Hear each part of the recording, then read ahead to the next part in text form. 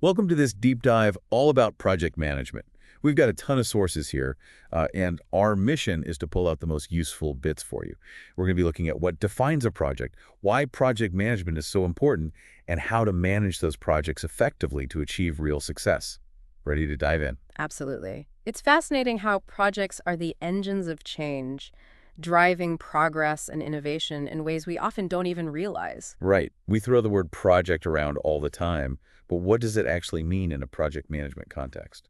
A project is a temporary endeavor with a clear beginning and end, focused on creating something unique and valuable.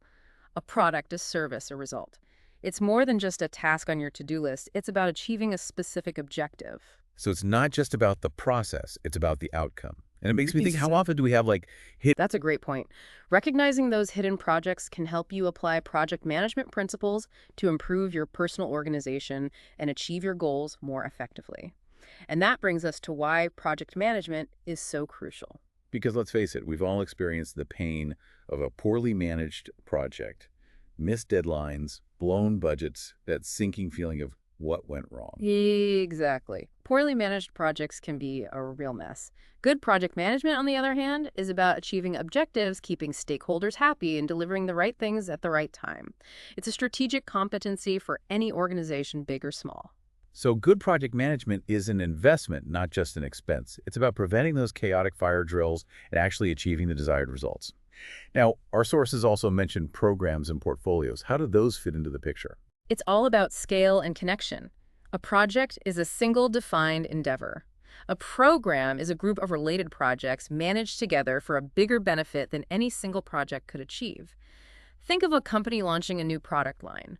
They might have separate projects for design, manufacturing, marketing, all under the umbrella of a program for the whole product launch. Like a well-coordinated orchestra, each instrument playing its part to create a harmonious symphony.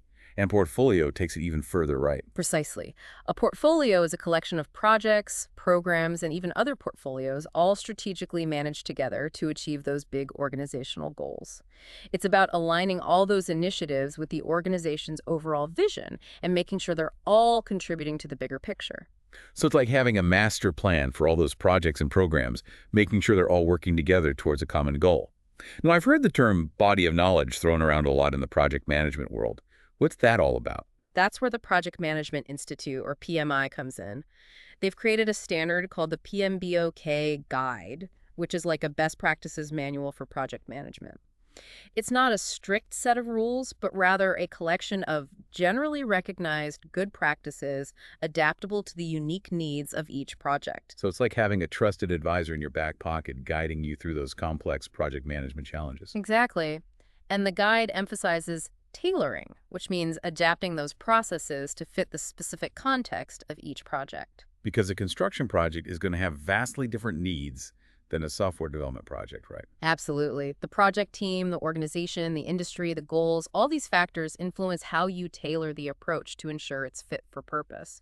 Now, this guy also highlights some key components for project success, starting with the project lifecycle. Okay, let's unpack that. What exactly does the project lifecycle entail? Think of it as a journey with distinct stages. It's a collection of generally sequential project phases that most projects go through, starting organizing, doing the work, and then closing things out.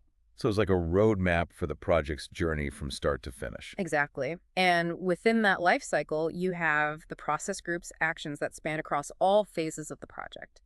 These include initiating planning, executing monitoring, and controlling and closing. So these are like the verbs of project management, the actions that keep the project moving forward. That's a great way to put it.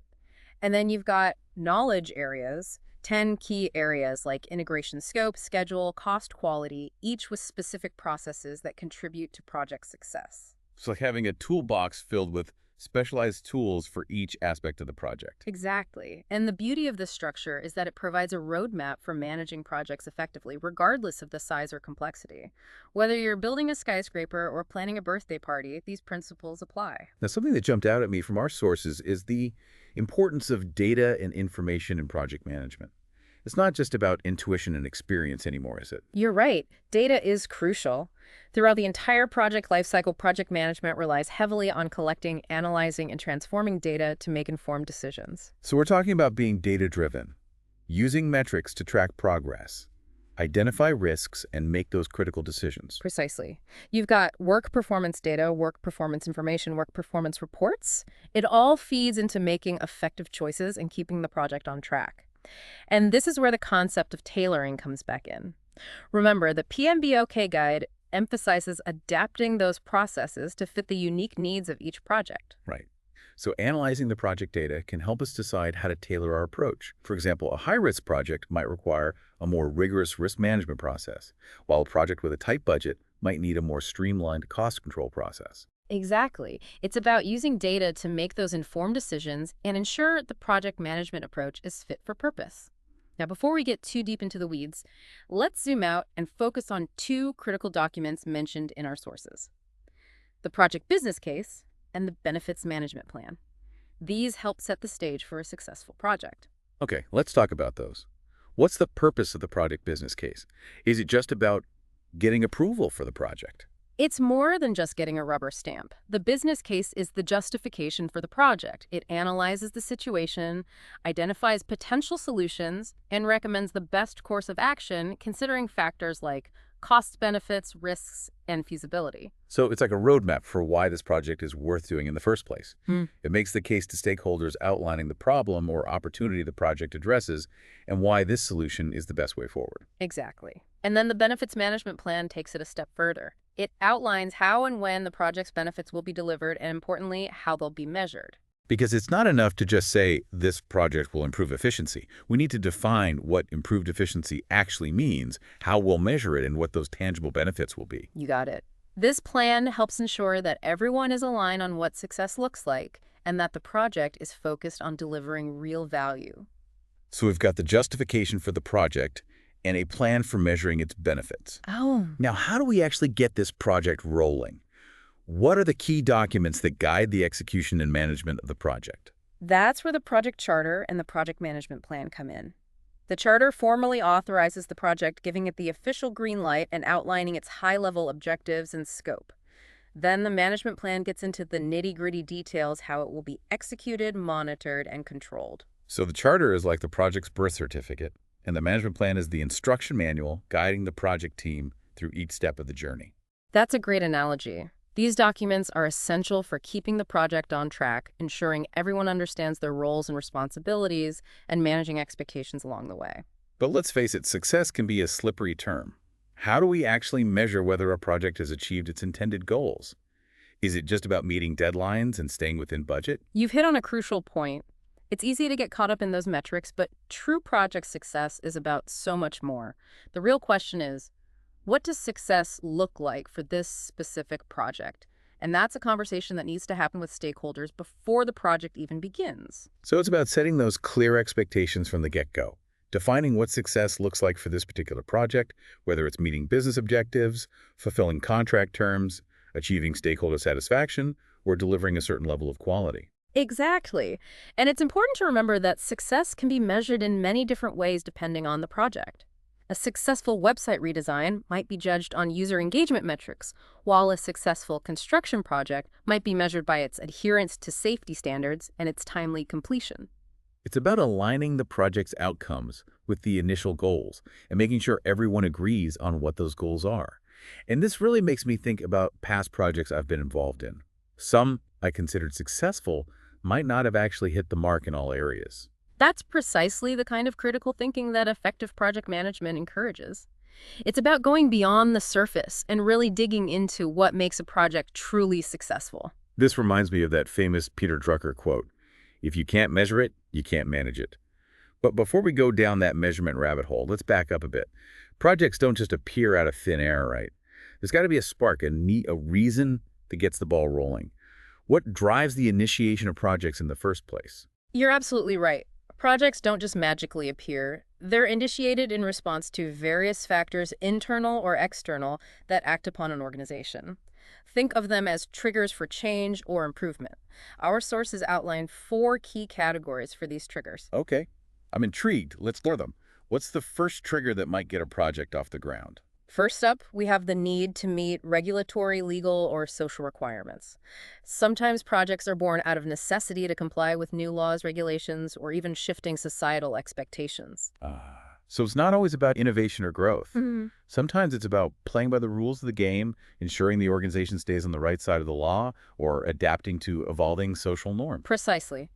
Then there's the need to satisfy stakeholder requests or needs.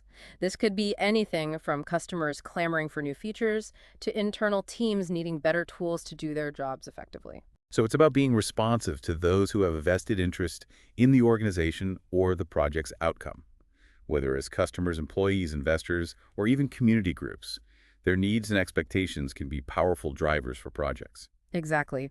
The third category is all about implementing or changing business or technological strategies. Projects can be a key way for organizations to adapt to market shifts, embrace new technologies, or simply improve their existing operations. So if a company decides to make a big push into e-commerce, they might launch a project to revamp their website, optimize their logistics, and create a seamless online shopping experience. Or if a company wants to reduce its environmental impact, they might initiate a project to implement sustainable practices across their operations. Perfect examples. And finally, we have the need to create, improve, or fix products, processes, or services. This is where innovation and continuous improvement come into play. It's about bringing new ideas to life, refining existing offerings, or addressing those nagging issues that need fixing. So it could be anything from developing a brand new cutting-edge product to streamlining a clunky internal process that's been slowing everyone down. It's about making things better, more efficient, more valuable. Absolutely. And what's fascinating is that these triggers often overlap and intertwine. A single project might be driven by a combination of these factors. It's rarely a simple equation. It makes you think about all the projects happening around us in our workplaces, our communities, even our own lives, and what triggered them. It's a complex web of needs, goals, and external pressures. Exactly. Our sources offer some compelling examples of how these triggers play out in the real world.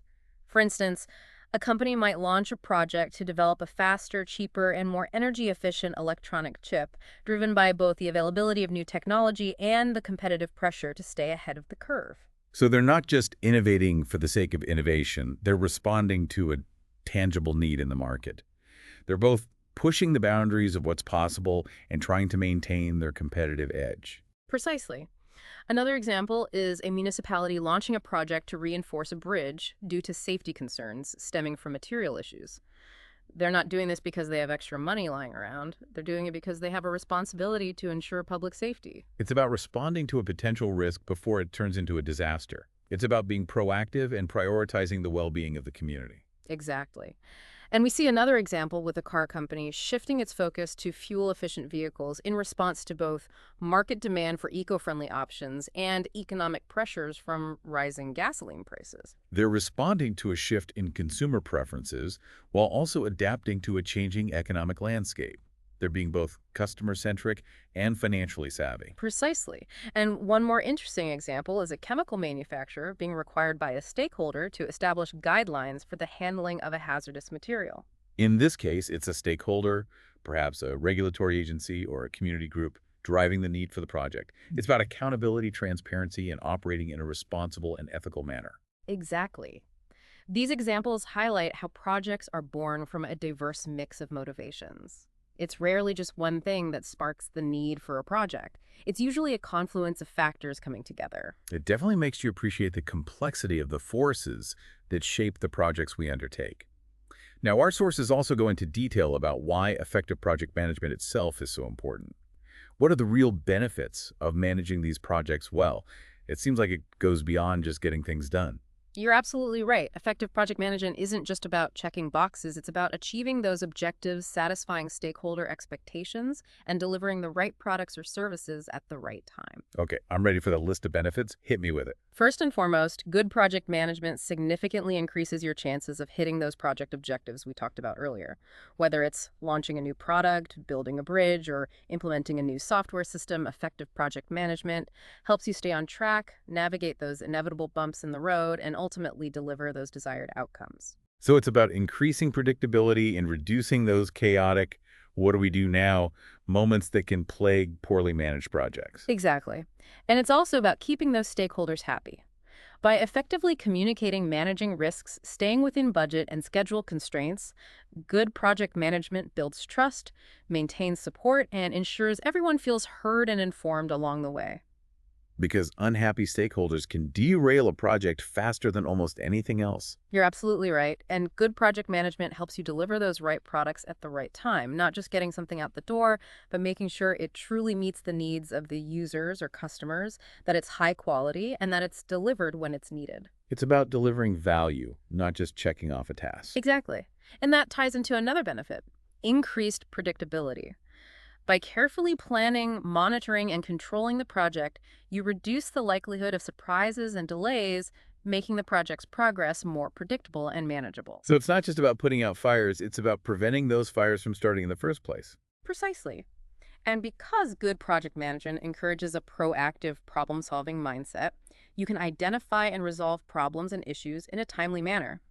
This helps prevent those small issues from snowballing into major setbacks. So it's about having that early warning system in place, addressing those challenges before they become full-blown crises. It's about being agile and responsive. Exactly. And this ties into the ability to respond to those inevitable risks in a timely manner.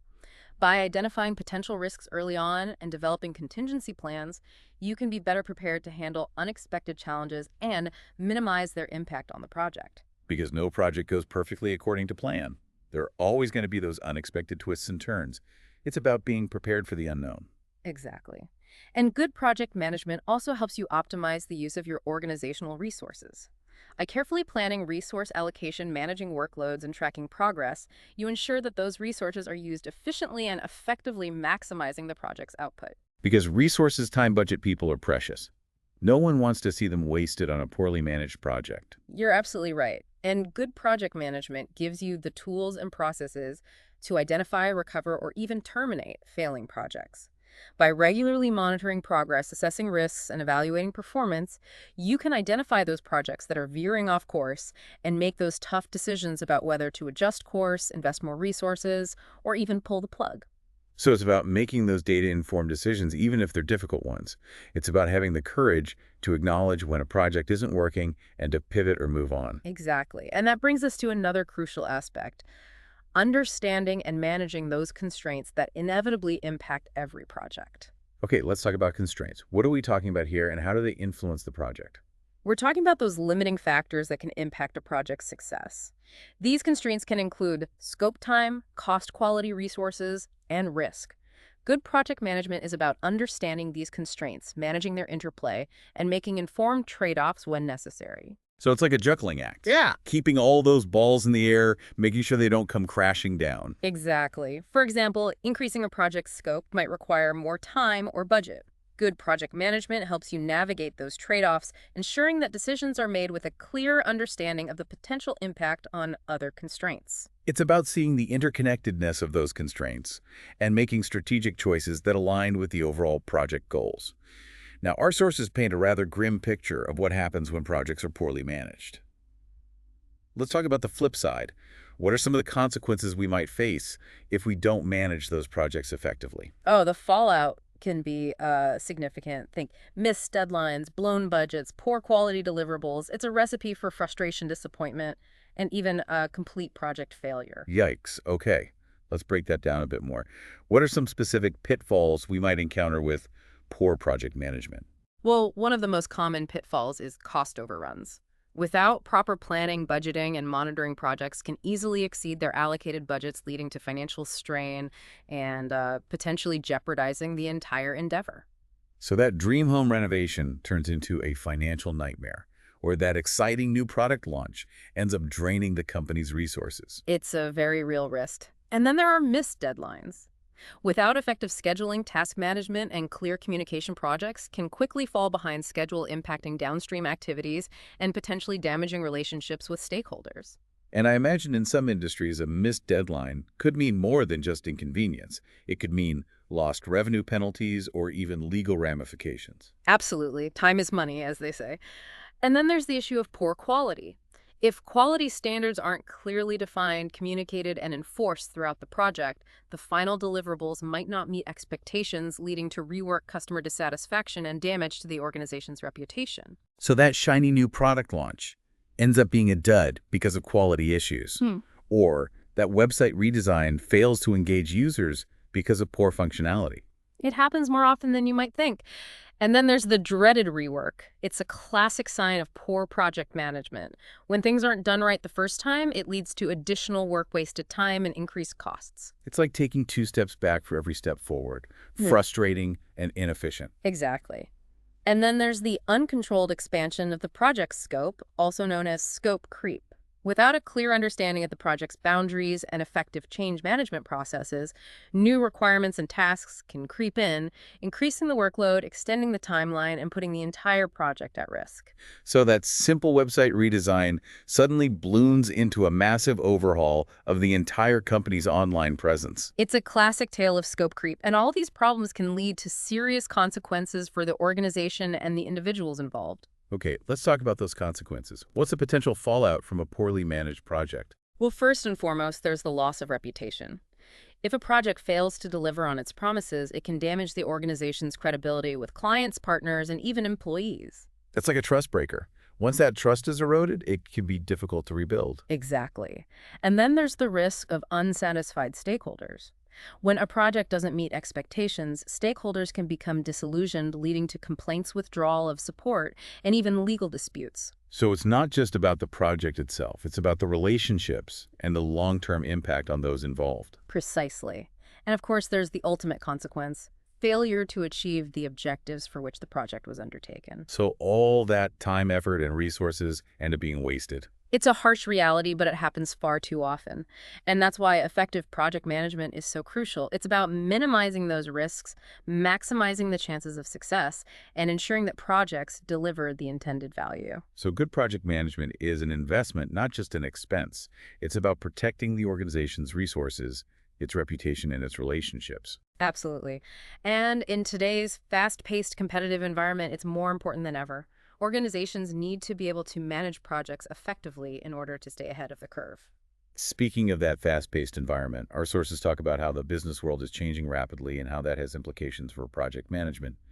What are some key trends we need to be aware of? One of the biggest trends is the increasing demand for projects to create value with tighter budgets, shorter timelines, and scarcer resources.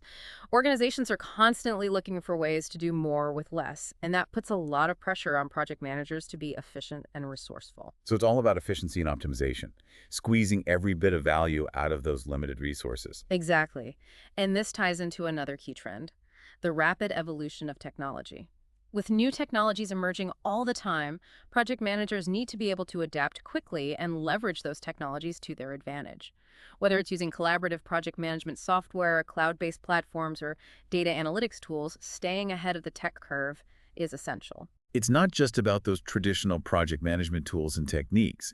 It's about embracing innovation and finding those digital solutions that can streamline processes, enhance collaboration, and improve decision-making. Precisely. And finally, there's the increasing complexity of the business environment itself. With globalization, increased competition, and constantly changing market conditions, projects are becoming more complex and interconnected, requiring project managers to be more agile and adaptable than ever before. So it's not just about managing the project in isolation. It's about understanding the broader context, the interdependencies, and the potential ripple effects of decisions. Exactly, and that's why effective and efficient project management is now considered a strategic competency for any organization. Okay, let's unpack that term. What does it mean for project management to be a strategic competency? It means that project management is no longer seen as just a tactical function, but rather a core capability that enables organizations to achieve their strategic goals. It's about aligning projects with the overall business strategy and ensuring that they contribute to the organization's success. So it's about seeing the bigger picture and understanding how individual projects fit into the organization's overall vision. Precisely. And this is where the concept of tying project results to business goals becomes so important. Effective project management ensures that projects are not just completed on time and within budget, but that they also deliver tangible business value. So it's about demonstrating the return on investment, showing how those projects are moving the needle for the organization. Exactly. And that's a key way to secure buy-in from leadership and stakeholders. When you can clearly show how a project is contributing to the bottom line or advancing the organization's strategic objectives, it strengthens the case for continued investment and support. It's about making that connection between project success and organizational success, showing how those projects are driving the organization forward. Precisely. And that's why effective project management is so crucial in today's competitive landscape. It's about more than just checking boxes. It's about driving real, measurable value for the organization. Now, our sources highlight another interesting point: the need to sustain the organization. What does that mean in the context of project management? This highlights the importance of project management in ensuring the long-term health and viability of an organization. It's about recognizing that projects are not just isolated events, but rather integral parts of the organization's ongoing operations and future growth. So it's about thinking beyond the immediate project deliverables and considering the long-term impact. Exactly. Effective project management helps organizations build sustainable practices, develop talent, manage risks effectively, and adapt to changing conditions, all of which contribute to the organization's ability to thrive over time. So it's about building a culture of project excellence that permeates the entire organization. Precisely. And that leads to another crucial aspect: responding to the impact of business environment changes on projects. Okay, we talked about that rapidly changing business environment earlier. How does project management help organizations navigate those changes effectively? By being flexible and adaptable, effective project management involves regularly assessing the external environment, identifying potential impacts on projects, and adjusting plans and strategies accordingly. It's about having a proactive mindset and being prepared to pivot when necessary. So it's not about sticking rigidly to the original plan. It's about having the agility to adjust course when conditions change. Exactly. And that's where the importance of regularly updating those project management plans comes into play. By staying attuned to market shifts, technological advancements, and other external factors, project managers can make informed decisions and keep projects aligned with the organization's evolving needs. It sounds like effective project management is all about striking a balance between planning and adaptability. You've hit the nail on the head. It's about having a solid framework in place while also remaining flexible enough to respond to the unexpected. And that's why having skilled project managers is so crucial. They're the ones who can navigate those complexities and steer projects towards success. This has been such an insightful deep dive. We've covered a lot of ground, from the fundamental definition of a project and the reasons they're initiated to the essential components that make up a project and the crucial role that effective project management plays in driving organizational success. It really underscores how project management is more than just a set of tools and techniques. It's a strategic competency that's essential for navigating today's complex and rapidly changing business environment. Absolutely. And it highlights the importance of aligning those individual projects with the organization's strategic goals, ensuring that they're contributing to the bigger picture. It's about delivering real value, not just checking boxes. Exactly. And as we've seen, the consequences of poor project management can be significant. It's about protecting the organization's resources, its reputation, and its relationships. So to our listeners out there, whether you're seasoned project management professionals or just starting to explore this fascinating field, we hope this deep dive has provided you with valuable insights and practical takeaways. And perhaps spark some new ideas for how you can approach your own projects, whether they're in the workplace or in your personal life. Remember, effective project management is an investment that pays dividends. Thanks for joining us on this deep dive into the world of project management. Until next time, happy project managing.